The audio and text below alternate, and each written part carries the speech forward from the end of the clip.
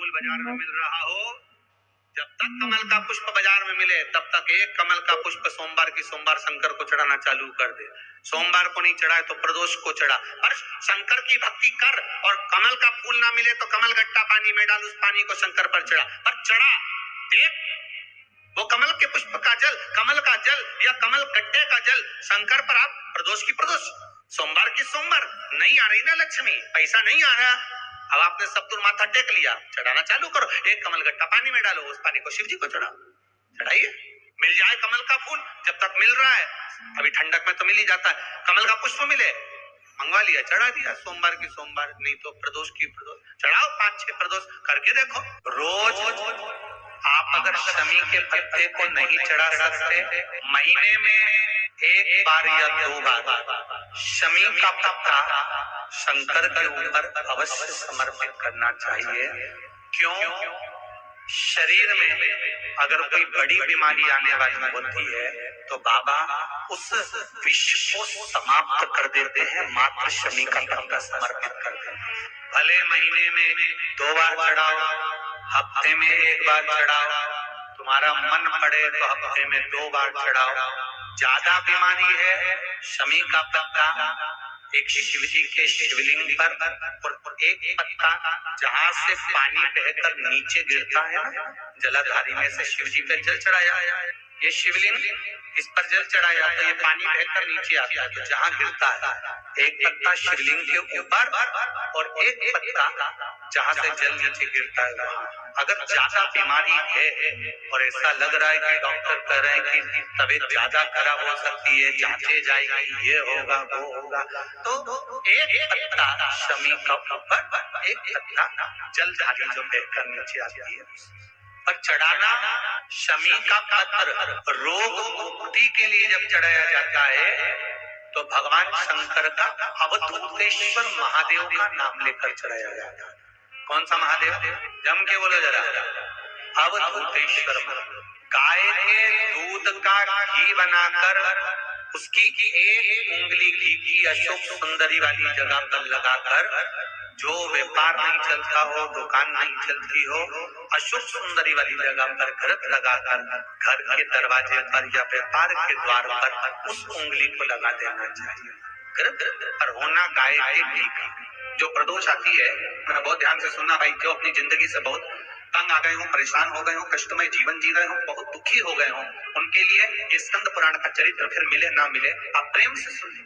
पहला प्रदोष, चाहे वो शनिचरी प्रदोष हो, चाहे रविवार की हो, सोमवार की हो, मंगल की हो, बुधवार की हो, गुरुवार की हो, शुक्रवार की हो, शनिवार की हो, कोई भी वार की हो, प्रदोष काल में शाम का समय सूर्य डूब रहा हो, बस डूबा ही हो, और उस समय पर सूर्य के डूबन के तुरंत बाद बाबा को धतूरे के साथ में बेलपत्री ना चढ़ाते हुए बेलपत्री के वृक्ष के 7 कांटे बाबा के शिवलिंग पर समर्पित करे जाते हैं। महाराज, अपनी जिंदगी में अड़चनों को हटाने के लिए फिर आप जिस व्यापार में उतरे, जिस व्यवसाय में उतरे, जिस नौकरी में उतरे, आप दिल से करें, आपको तरक्की मिलेगी। आप हार नहीं सकते, नीचे नहीं आ सकते, उन्नति पर ही चढ़ेंगे। दूसरा, मध्याह्न का समय, मध्याह्न का समय दोपहर के ठीक 12 बजे, उस दिन भी धतूरे के साथ बाबा को 7 कांटे बेलपत्री के वृक्ष के समर्पित होते हैं।